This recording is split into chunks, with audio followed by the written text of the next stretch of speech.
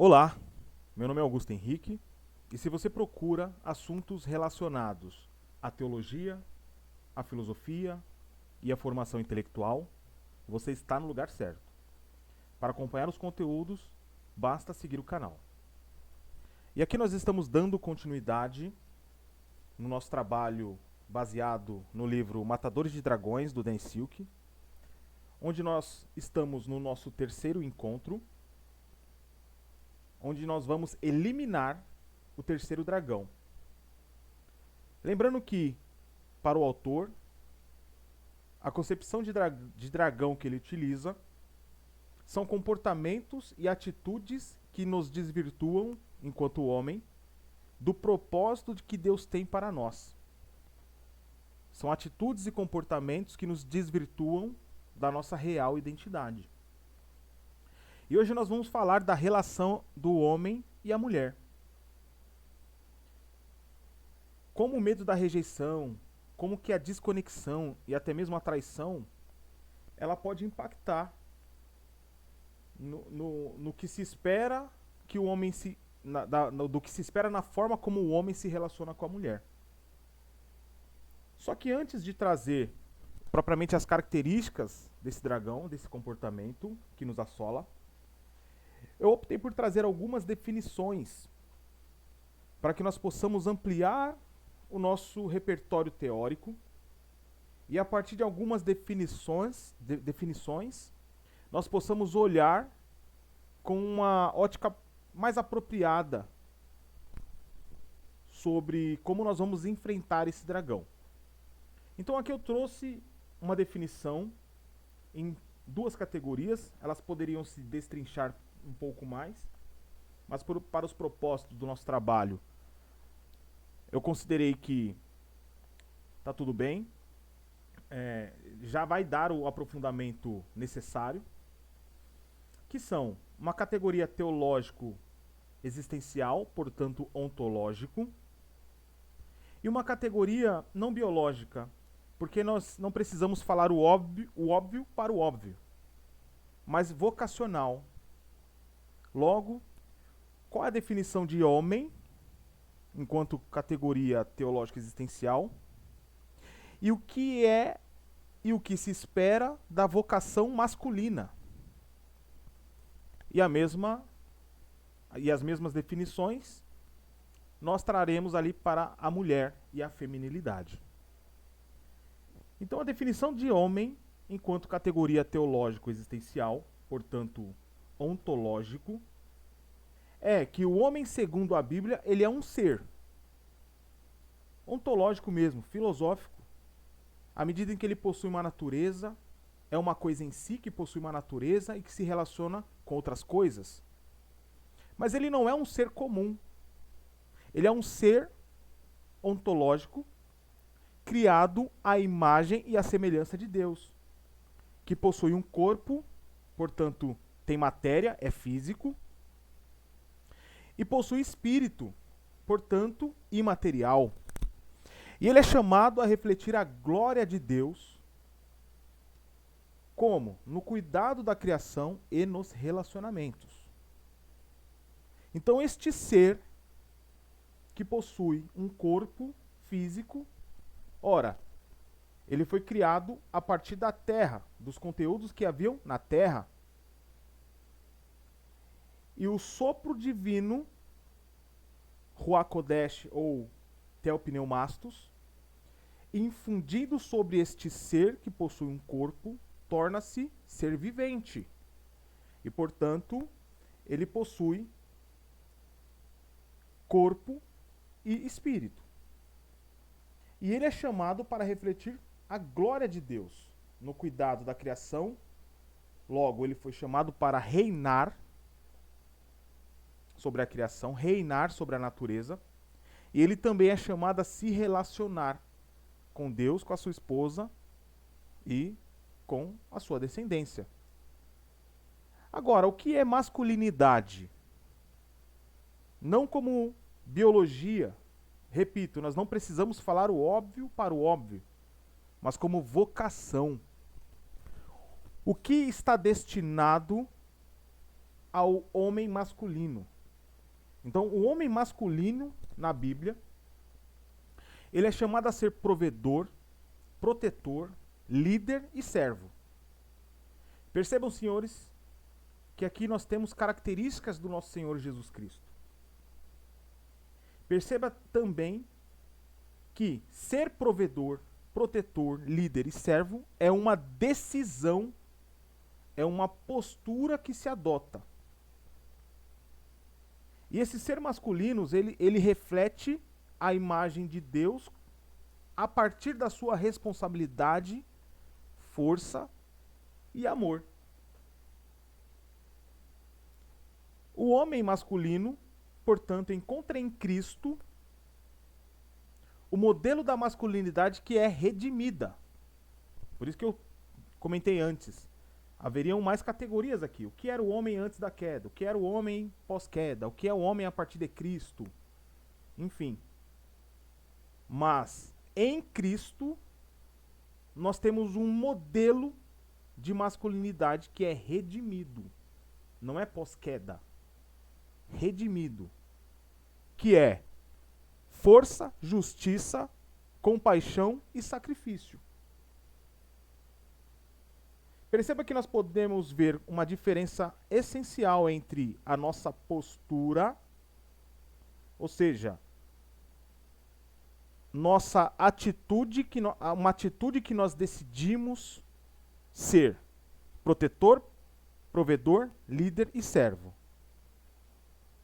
E o modelo da masculinidade redimida, que se define como força, justiça, compaixão e sacrifício, vai além de uma simples postura, mas é algo que nós devemos cultivar em nós como comportamento.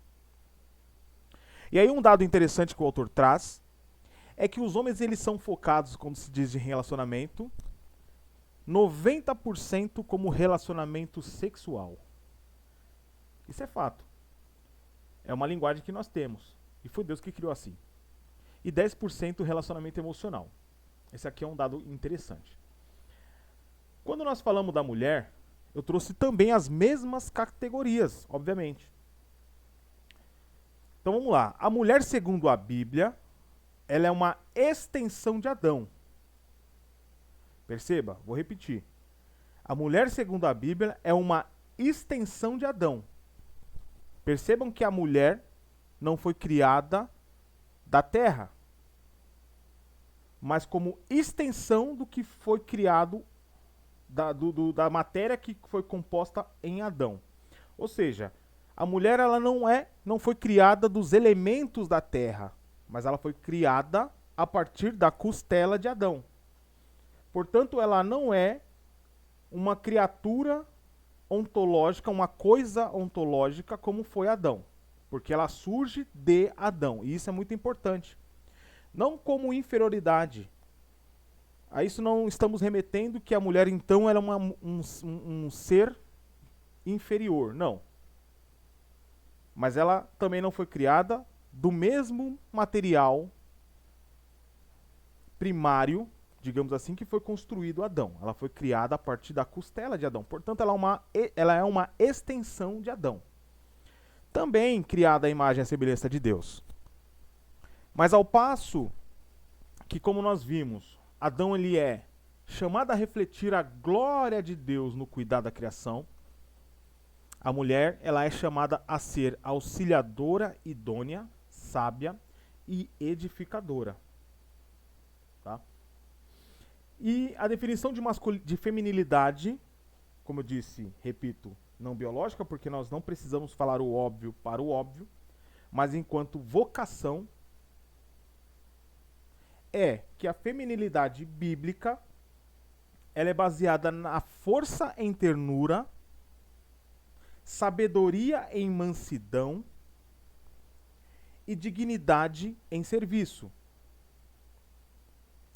Também, como Adão tem a base de Cristo como uma masculinidade redimida, aqui a mulher também foi restaurada em Cristo, mas para refletir a beleza de Deus no mundo.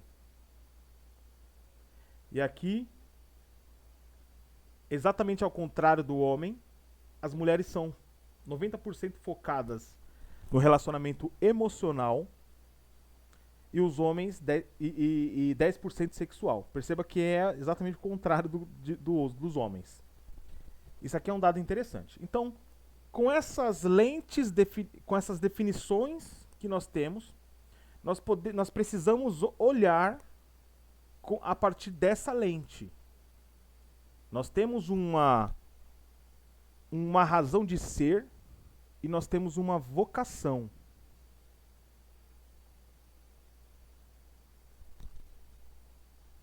E aí agora, a partir disso, nós entramos no nosso terceiro dragão, onde nós vamos tratar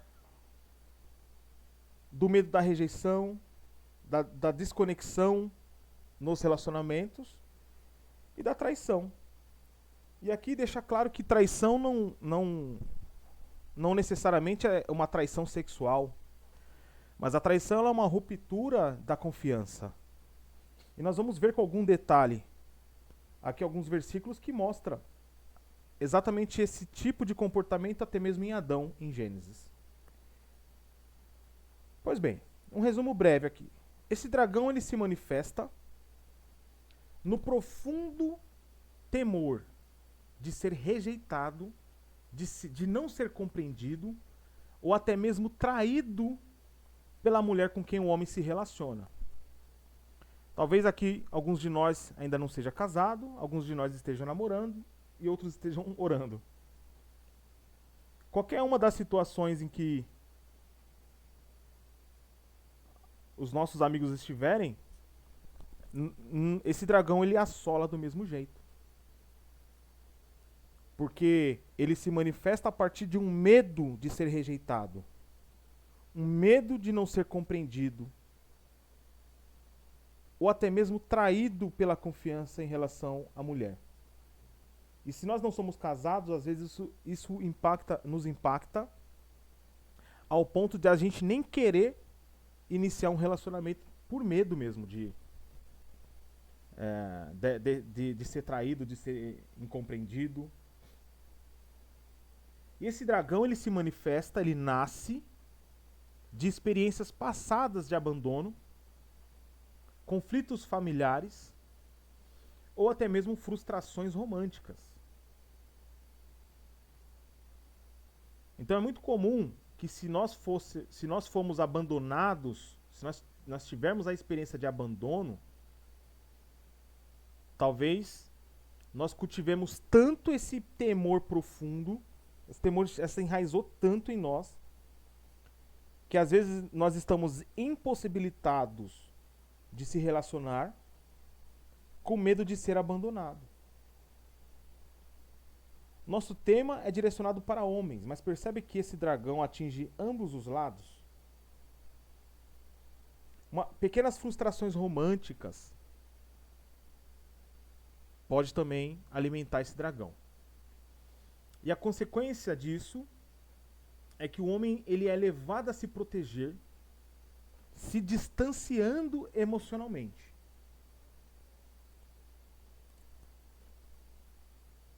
Então o relacionamento entre o homem e uma mulher é o sonho de Deus para todos nós.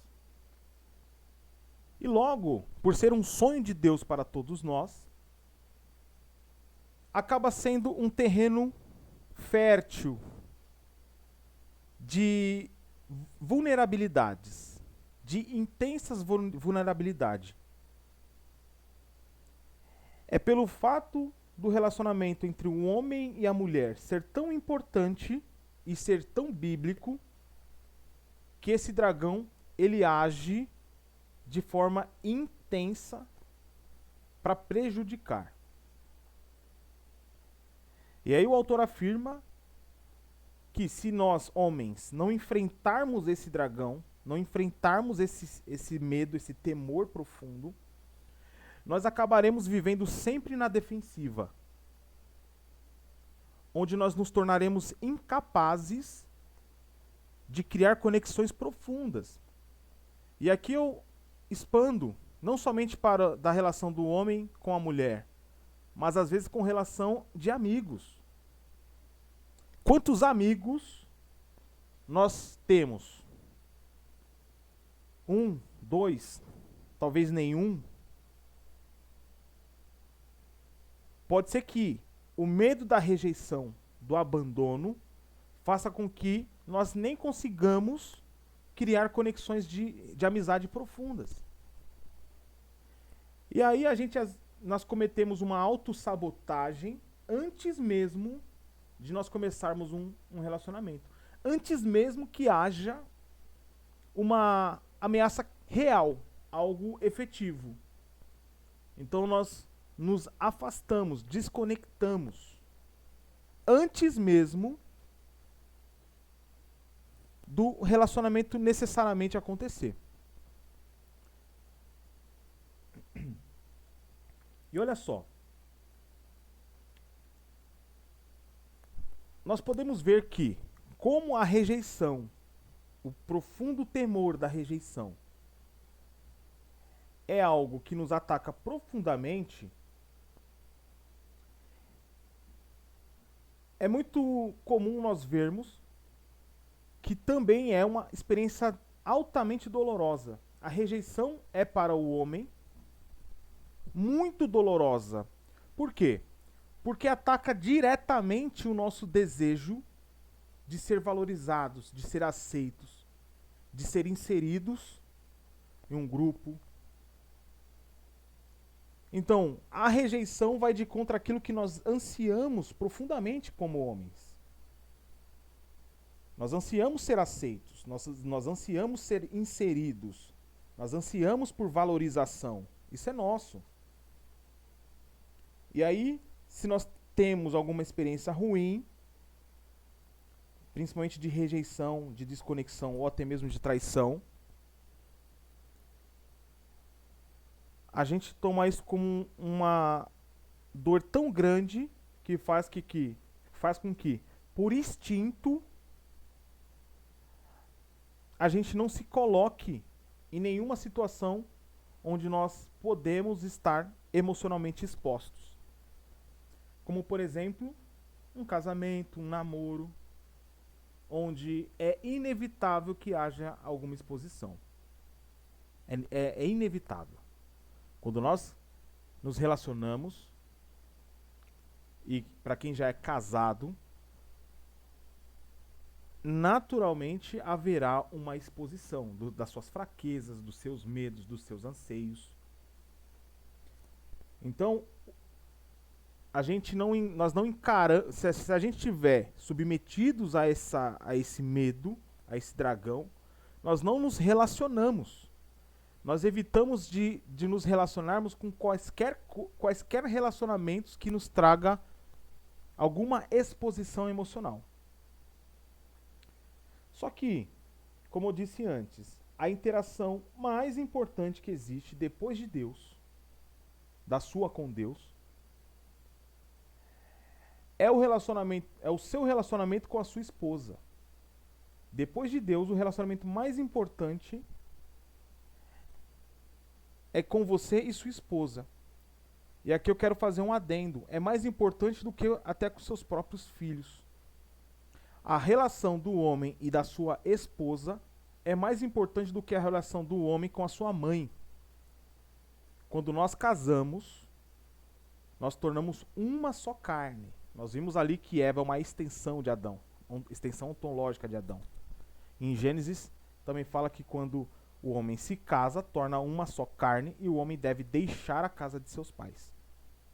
Então, ou seja, aqui nós estamos dizendo que depois do seu relacionamento com Deus, que é prioritário acima de tudo, o seu relacionamento com a sua esposa é o relacionamento mais importante que você vai ter. Até mesmo do que o relacionamento com seus pais, até mesmo do que o relacionamento com seus filhos, enfim. Então, é uma relação muito importante. Por que é uma relação importante? Porque o próprio Deus fez com que Adão sentisse a necessidade de uma esposa antes mesmo de lhe entregar uma. Nós vemos em Gênesis 2:20 que, contextualizando rapidamente, aqui Adão, o homem, que também é Adam, ele trabalhou um grande período de tempo. Então, o homem, ele deu nome a todos os animais domésticos, às aves dos céus e a todos os animais selvagens. Mas para o homem não se achava uma auxiliadora que fosse semelhante a ele. Ou seja, Deus colocou anseio no coração de Adão, que nós veremos no próximo versículo. E enquanto ele trabalhava, ele já procurava uma esposa. Ele já procurava alguém que fosse auxiliadora, idônea e semelhante a ele. Olha só que interessante. 2 versículos antes, Deus fala: não é bom que o homem fique só. Veja bem que Gênesis 1 e 2 a gente está falando da criação. Então Deus cria as coisas e fala. E Deus viu que era bom. Nós lemos várias vezes isso. E Deus viu que era bom, e Deus viu que era bom, e Deus viu que era bom. Ou seja, Deus cria e aprecia a sua obra. Cria e aprecia a sua obra. E aprova a sua obra. Só que, quando Deus viu que Adão estava só, ele reprovou isso e ele inseriu em Adão a vontade, a necessidade de uma esposa. Antes mesmo dele ganhar uma. Antes mesmo dele ter criado Eva. Olha que o autor de Gênesis fala. O Senhor Deus disse ainda: não é bom que o homem esteja só. Farei para ele uma auxiliadora que seja semelhante a ele. E aí aqui eu inverti de propósito. Mas o versículo 20 mostra exatamente esse anseio que Deus colocou nele. Farei para ele uma auxiliadora que seja semelhante a ele. E essa vontade penetrou tanto o coração de Adão, que quando ele estava trabalhando, nomeando os animais domésticos, as aves dos céus e todos os animais selvagens, ele estava procurando por uma esposa. Tamanha é a importância do relacionamento do homem com a sua esposa.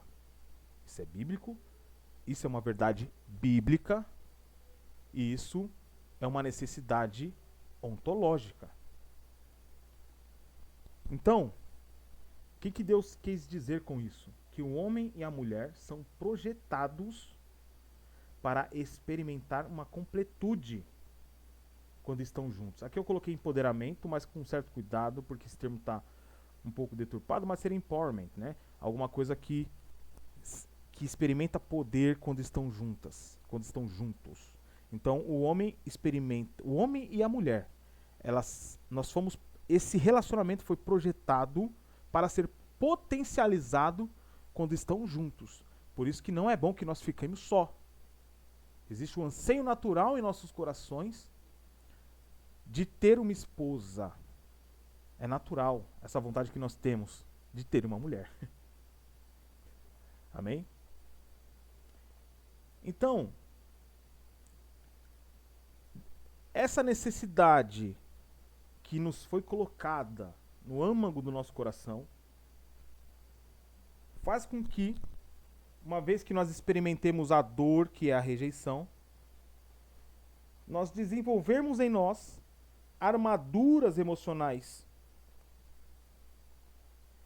Quando nós sofremos por rejeição, nós criamos um distanciamento, uma desconexão, logo uma armadura emocional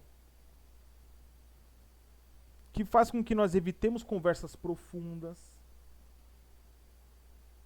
faz com que nós não expressemos as nossas necessidades reais, faz com que às vezes nós recorremos a sarcasmos nas nossas respostas, ou até mesmo silêncio, não respondo nada. Como tudo isso são mecanismos de defesa que essas armaduras emocionais geram em nós, quando nós estamos submetidos a esse dragão. Olha só, isso é muito interessante nós pensarmos. Será que eu estou na defensiva constante? Será que eu tive alguma experiência que às vezes eu nem me lembro mais, mas isso está me assolando até hoje? Nós precisamos pensar, são coisas que nós devemos pensar. Então, o medo da traição ou do abandono leva-nos a uma constante vigilância. Aquele clima pesado. Eu tenho medo da minha esposa me trair. Eu tenho medo de ser abandonado pela minha namorada. Eu tenho medo de terminar o namoro. E eu crio um clima de constante tensão, de constante vigilância, que naturalmente vai contribuir para um afastamento real, uma desconexão real. E a desconexão emocional que são produzidas por esses mecanismos de defesa das armaduras emocionais, ele é tão nocivo, ele é tão pior quanto a traição física. Por que é pior? Porque afasta, porque destrói a intimidade. A traição, lembrando, como eu disse lá no início, nós não estamos falando de traição sexual somente. Nós estamos falando, traição é uma ruptura de confiança. A ruptura de confiança é ruim, mas a desconexão emocional é pior, porque destrói a capacidade de gerar intimidade. Então, um dos antídotos que nós conseguimos, que faz com que nós consigamos vencer esse dragão, está na nossa capacidade de entender que vulnerabilidade é força e não fraqueza. E aqui eu me proponho a explicar um pouco mais. Por quê? Nós estamos falando de vulnerabilidade e não de fraqueza, necessariamente. Vou dar um exemplo aqui. Se nós ficássemos com a sensação de invulnerabilidade, muito provavelmente nós ficaremos na inércia. Ou nós faremos as coisas do jeito que nós queremos. Mas o fato é que essa sensação de vulnerabilidade, essa percepção de que vulnerabilidade não é fraqueza, faz com que eu me arrisque mais em relação às coisas. Vou dar um exemplo. Todos nós, de certa forma, e aqui eu estou falando em termos estatísticos, fazemos algumas apostas no nosso dia a dia, ou na nossa vida. Por exemplo, mudar de emprego. Existe uma vaga disponível e você tem que comparar entre uma estabilidade de 10 anos ou um salário maior. Você tem que fazer uma conta, de fato, uma conta entre a sua necessidade daquele aumento salarial e a sua estabilidade financeira, profissional. Se você optar pela invulnerabilidade, provavelmente você vai descartar o aumento salarial mesmo precisando. Agora, se você conseguir gerar em si a sensação de invulnerabilidade, você consegue fazer uma aposta um pouco mais arriscada. Então, vulnerabilidade é força à medida em que eu compreendo que eu preciso arriscar em algumas responsabilidades. E olha que interessante. O verdadeiro amor exige o risco. Então, vulnerabilidade, portanto, é assumir riscos. E não é fraqueza assumir risco, é uma força. Entende? Então, ser vulnerável é assumir riscos. E o verdadeiro amor exige riscos. E olha só, aqui eu enfatizo que nós, homens, o amor verdadeiro para nós homens é dar sem receber nada em troca, sem esperar receber nada em troca. Esse é o verdadeiro amor sacrificial, que nós veremos daqui alguns slides em Efésios. Percebe que a vulnerabilidade é força porque envolve assumir riscos para si. Então, a cura dessa ferida profunda que é gerada pela rejeição, pela desconexão, pelo medo da traição, a cura ela se inicia a partir do momento em que eu decido confiar, mesmo que essa decisão de confiar me possibilite dor, me gere dor. E olha só que interessante. Desenvolvendo um pouco mais esse conceito de força, que nós associamos aqui à vulnerabilidade, a nossa força, enquanto homens, está em cuidar das mulheres, nutri-las, não expô-las, não oprimi-las e não tratá-las como objeto. Isso aqui vai na contramão do mundo. Vai na contramão do mundo. Por quê? À medida em que nós devemos ter a disposição de confiar, o mundo fala o contrário. Fala que você tem que desconfiar da sua esposa. Você tem que, às vezes, tratá-la como opressão, proibindo ela de fazer certas coisas, porque você está inseguro em relação à confiança dela. E nós vamos ver aqui como isso é o ruim em Adão. Uma das atitudes que Adão cometeu que gerou exatamente essa desconexão, essa traição em relação ao comportamento que deveríamos esperar dele. Lembrando que traição não é só sexual, é uma ruptura de confiança. E olha só, vou dar um exemplo de fraqueza aqui de Adão.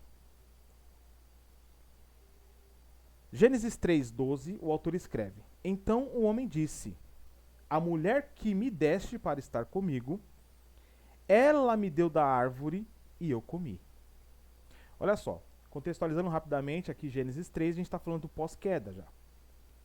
Então, existia uma proibição de que de todas as frutas, de tudo podia se experimentar no jardim, menos de uma das frutas. Menos dos frutos de uma das árvores. Então, lembrando também que quem foi proibido de consumir do fruto foi Adão, não foi Eva. Quando Deus proibiu Adão de comer esse fruto, Eva ainda não tinha sido criada. Então, não estou falando que a mulher pode errar, mas ao homem está incumbindo a postura da santidade, a postura da recusa àquilo que não é santo. Só que, então, Adão consome da fruta que Eva deu, sendo enganada pela serpente, e na viração do dia, que era o momento do dia em que Deus se relacionava com o homem, e aqui nós podemos dizer que tomava um cafezinho com o homem e a sua mulher. Quando Deus vai ao encontro do homem, o homem estava se escondendo. Estava desconectado já de Deus. E aí Deus pergunta para Adão se ele tinha comido do fruto da árvore proibida. E a resposta de Adão aqui foi: a mulher que tu me deste para estar comigo, ela que me deu, e aí eu comi. E aqui Adão demonstrou uma fraqueza absurda. Por quê? A responsabilidade de não comer do fruto estava nas mãos dele. Se Eva tivesse comido e ele não ia acontecer nada. Mas ele comeu do fruto da árvore proibida. E aí, qual foi a fraqueza que ele cometeu aqui? Ele não fez nada para proteger nem a sua esposa, nem o seu casamento, que era o seu relacionamento com Eva, e muito menos de proteger o jardim do inimigo, que era a serpente. Era a responsabilidade de Adão ter a ciência de como que era a fruta. Basicamente, se ele tivesse falado assim: minha senhora, da onde você pegou essa fruta? Essa fruta me parece um pouco suspeita. Se ele tivesse essa nuance, ele não teria comido do fruto proibido. E, portanto, não teria havido queda. E ele fez pior ainda. Por quê? Porque em vez de ele proteger Eva, ele expôs Eva. Ele expôs Eva à medida em que ele fala assim: não, a mulher que você me deu, que me trouxe o fruto e eu comi. Então ele comete várias fraquezas aqui. Então, nesse versículo, a gente consegue extrair que Adão ele se tornou aquele que traiu, que desconectou. Aquele que se tornou um rejeitado por conta de uma atitude. Isso é interessante, porque como nós vimos aqui anteriormente, a nossa força enquanto homens no relacionamento de um homem com a sua esposa ou com a mulher é que nós devemos nutri-las. E aqui pode parecer um pouco estranho esse termo nutricional aqui. Não expô-la, não oprimi-las e não tratá-las como objeto. Então nós somos, por essas características, chamado a liderar. E também definir, como eu disse, um padrão de amor sacrificial. Olha só que interessante. Nós estávamos falando de que o homem deve nutrir a sua esposa, não expô-la, não oprimi-la.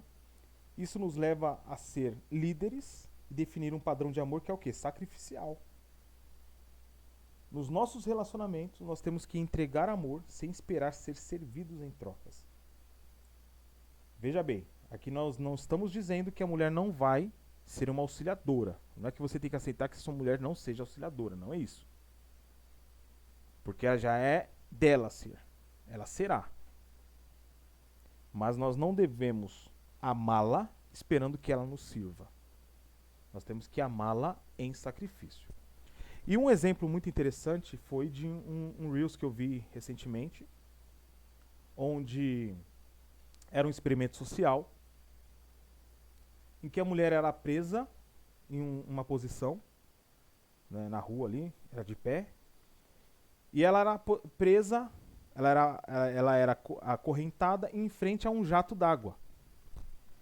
E aí os seus maridos, eles tinham que, 1 ou 2 minutos, não me recordo agora, ele tinha um período limitado, um tempo limitado para salvá-las. E aí todos os homens procuram quebrar a corrente, achar algum objeto que possa desprendê-la, mas evidentemente não havia nenhum.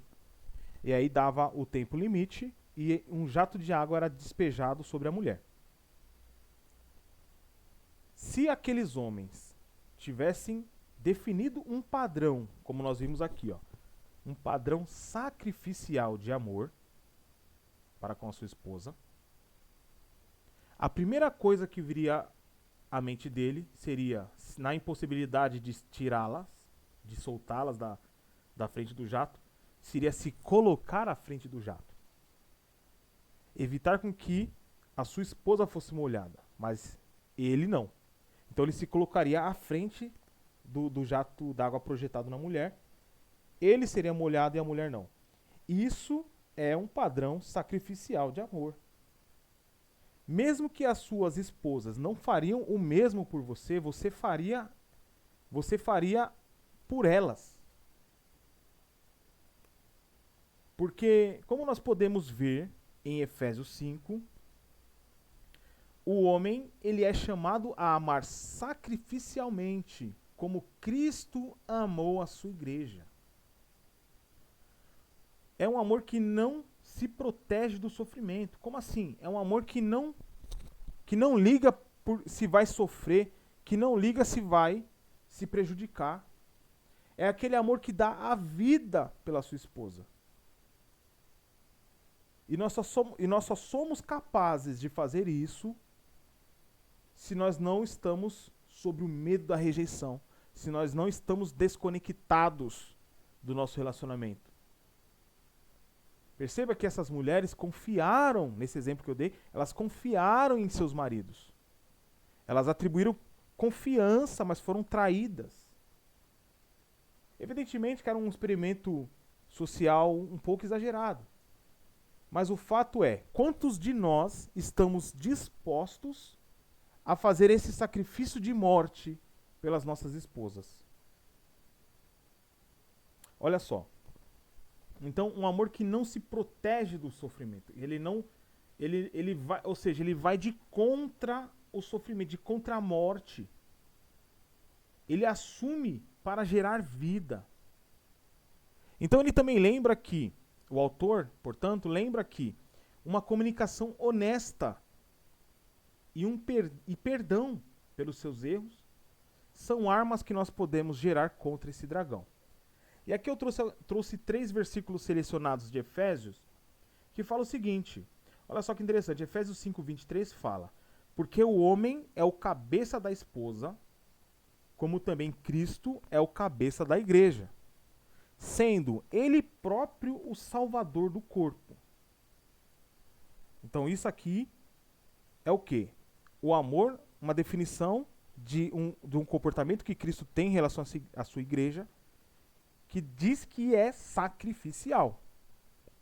E Efésios 5:25 fala: maridos, que cada um de vocês amem a sua esposa, como também Cristo amou a igreja e se entregou por ela. Entrega, sacrifício. Percebe que tem relação? E Efésios 5:28 fala: assim também o marido deve amar a sua esposa como ama o seu próprio corpo. Quem ama a esposa, ama a si mesmo. Por isso que, eu vou até voltar um slide aqui, por isso que a gente está dizendo aqui, ó, nosso dever, nossa força, enquanto homem, é cuidar das mulheres, nutri-las.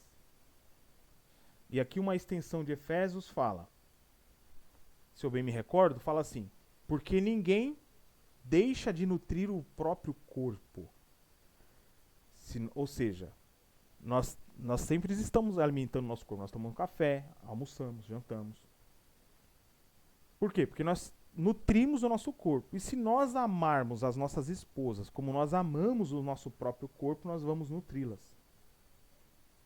Então, quem ama a esposa deve amar a esposa como a si mesmo. Amém?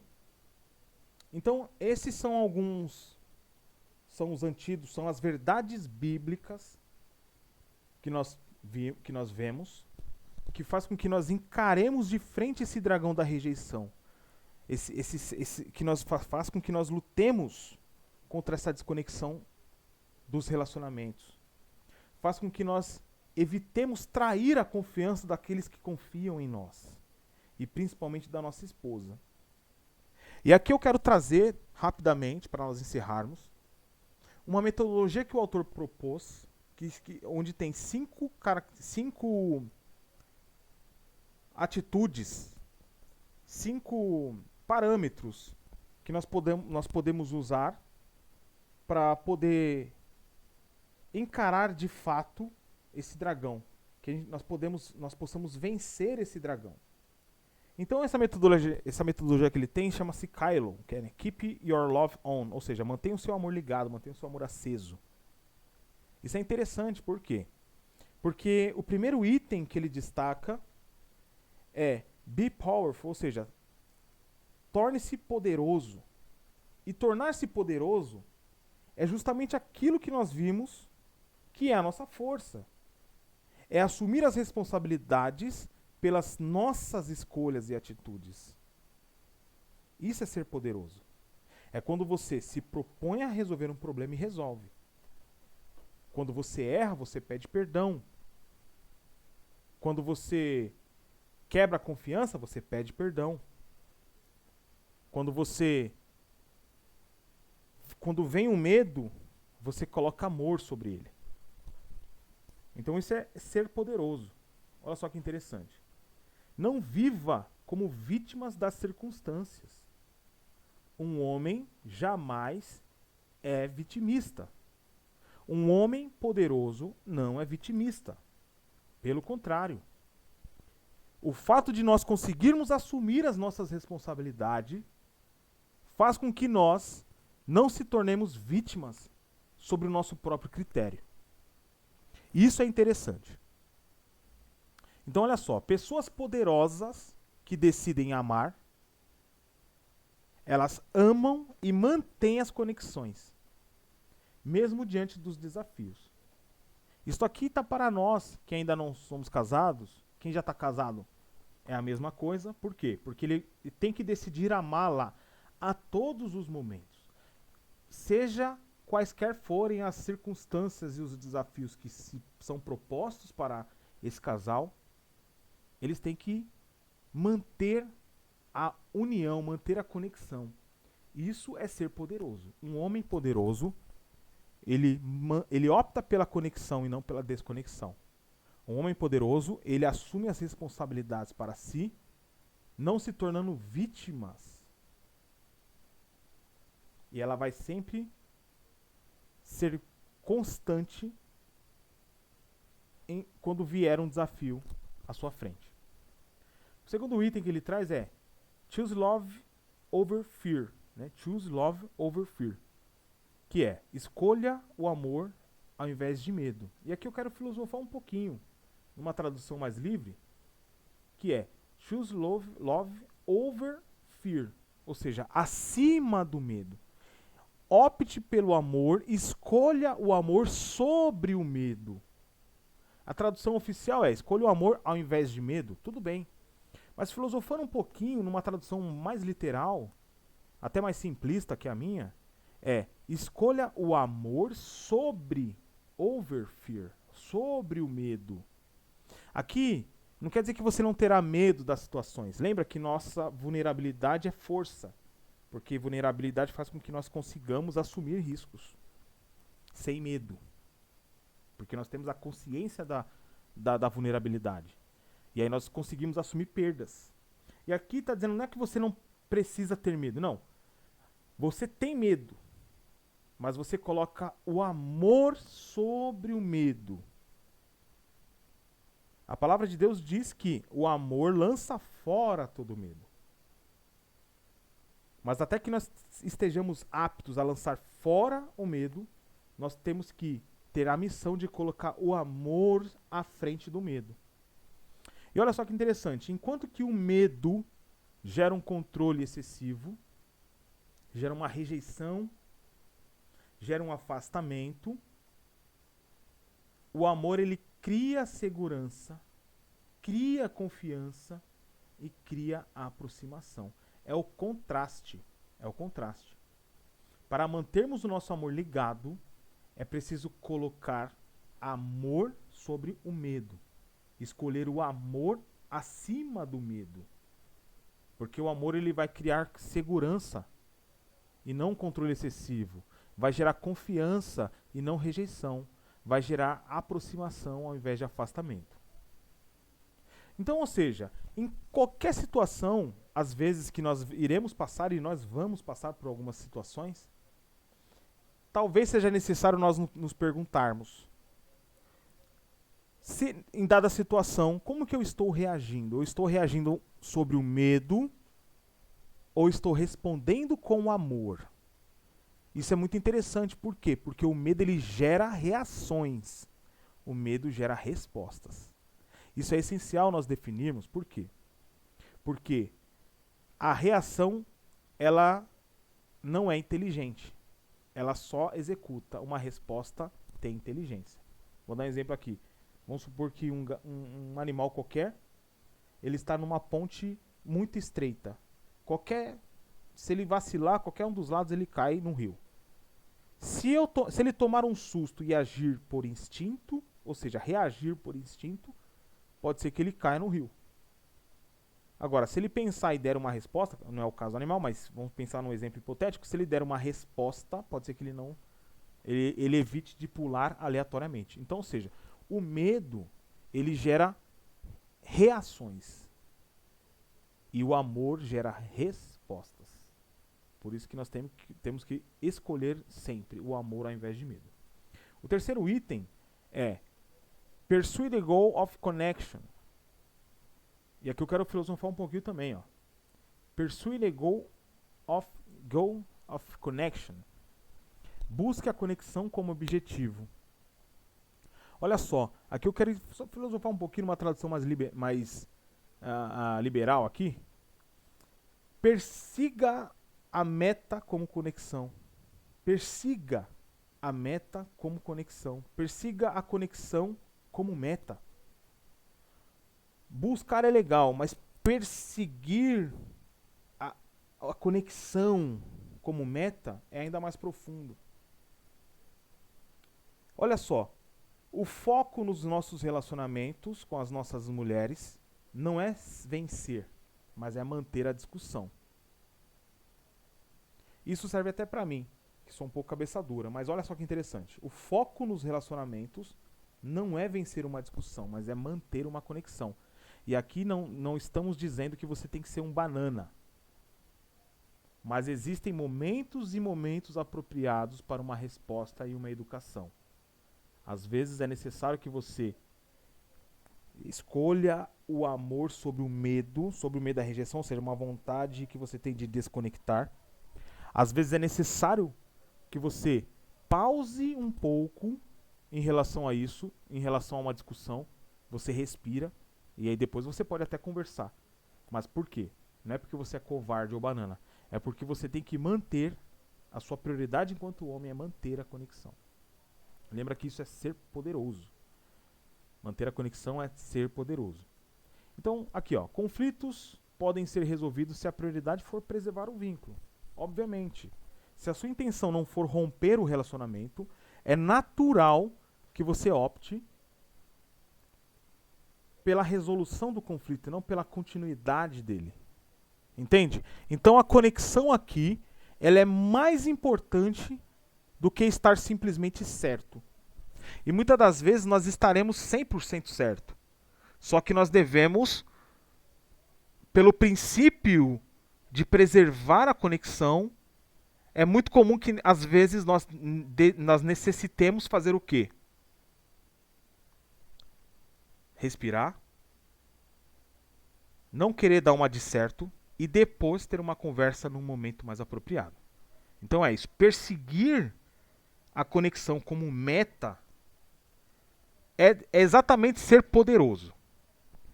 E aqui o quarto item dessa metodologia do autor, que é o Kylo, é Practice Respectful Communication.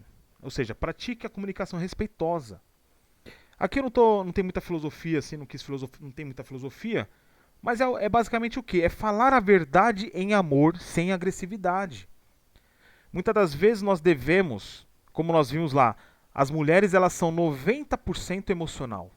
90% emocional. Então, às vezes nós temos que tomar cuidado até com a forma como nós falamos. Porque as mulheres, pelo que nós concluímos nas definições, é um vaso frágil. Então, muitas das vezes nós temos que fazer o quê? Ver até a forma como nós estamos falando, porque nós precisamos falar em amor, mesmo que às vezes nós tenhamos razão. Mesmo que às vezes seja legítimo você falar um pouco mais intensivo.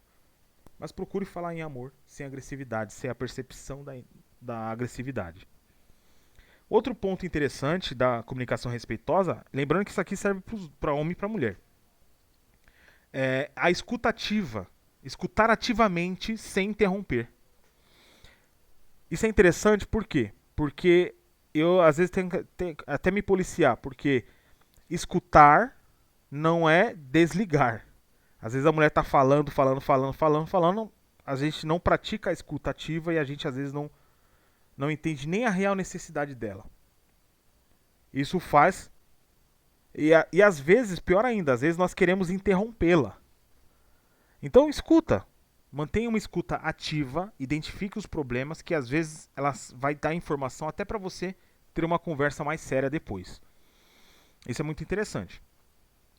E olha só, um aspecto da comunicação respeitosa é utilizar palavras que sempre vão promover paz, clareza e confiança. Nós homens não somos dúbios, principalmente nós que somos homens de palavras, nós não devemos ser dúbios. Toda a nossa fala tem que ser clara, tem que ser enfática, tem que promover a conexão, promover a paz, promover a confiança. Amém? E aqui o quinto item para a gente finalizar é Honor Healthy Boundaries, né? Honre limites saudáveis. Então, ou seja, os limites eles não afastam, mas eles protegem a conexão do relacionamento. Vou te dar um exemplo aqui. Às vezes é necessário, os limites, às vezes o não é um limite muito necessário que nós devemos ter. Vou dar um exemplo aqui. A criança, a gente, se ela quiser colocar o dedo na tomada, a gente limita e fala que não. Não é? Por quê? Porque é um limite que é saudável. Ao contrário da negativa, na verdade eu estou protegendo. Então essa é uma meta que nós devemos ter. Nós devemos honrar limites saudáveis. Vou dar um exemplo aqui. Se a mulher mandar você dormir no sofá, você se recusa. Se recusa e isso vai ser um limite saudável que você estará impondo ali no relacionamento. Então, olha só, cada pessoa ela é responsável por suas escolhas e sentimentos. Cada pessoa é responsável pela sua escolha e sentimento. E às vezes dizer não com respeito é parte do amor saudável. Muitas das vezes você vai ter que dizer não. E muitas das vezes você vai ter que ouvir um não. E, e qualquer das formas é amor, porque o amor também limita. O amor ele não é algo que vai fazer com que você faça o que você quiser. Amém? Então essa aqui é a metodologia do Kylo, né? Keep Your Love On. Esses são os aspectos interessantíssimos aqui dessa metodologia que nós podemos aplicar. E praticando isso com muita naturalidade, nós venceremos esse medo da rejeição, da desconexão. Isso aqui é uma metodologia que faz com que nós continuemos as conexões ao invés da desconexão. Amém? Então, para encerrar, trouxe aqui um mapa conceitual, como todos os encontros, onde nós definimos em 4, 5, 6 linhas no máximo tudo que nós tratamos aqui. Então, o dragão é o quê? É o medo da rejeição. O medo da rejeição ele sempre gera uma proteção excessiva ou até mesmo um distanciamento emocional. Lembra das armaduras emocionais que são criadas como armas de autodefesa? É isso. Isso vai gerar uma desconexão emocional, ou seja, uma ruptura dos relacionamentos. Toda vez que nós estamos submetidos a esse dragão, é aumentado o risco de ruptura emocional, de ruptura do relacionamento. E como nós vencemos esse dragão? Através da vulnerabilidade que nós definimos que é força, é assumir os riscos, é assumir as responsabilidades, a partir da confiança e a partir do amor sacrificial. Existe um versículo em Provérbios, vou ver se me recordo agora, é que o homem que confia na sua mulher, não há falta de ganho. O que quer dizer isso aí? Se nós assumirmos confiança para com as nossas esposas, nós somos honrados em relação a isso. E não há perda. Muito pelo contrário, só há ganho. Isso aqui é muito interessante. Então, isso é confiança. E o amor sacrificial é nós sermos capazes de morrer pelas nossas parceiras. Se nós estamos aptos a nos colocarmos à frente do jato d'água, por exemplo, nós estaremos aptos a nos colocarmos diante, enfim, de situações até piores. Então o amor sacrificial é exatamente se doar, sem esperar, às vezes, que ela fará algo parecido em troca. Amém? E o quadro temático desse encontro foi: o dragão, então, é o medo, né, que é um comportamento da rejeição, desconexão e traição. O impacto principal que nós identificamos foi que esse dragão, esse medo, gera um relacionamento superficial, gera uma desconfiança e um isolamento emocional, que são aquelas armaduras. E a verdade bíblica associado à vitória sobre esse dragão é um amor sacrificial, como nós vimos ali em Efésios 5:25, e a vulnerabilidade, ou seja, assumir riscos como força. Amém? Então esse é o terceiro dragão. Nós encerramos aqui a nossa aula. Eu espero vocês na quarta aula, onde nós iremos eliminar o quarto dragão. É muito interessante.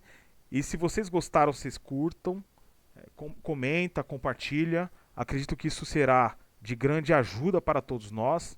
Será necessário para a nossa formação enquanto homens. E aguardo vocês no próximo encontro. Fiquem com Deus.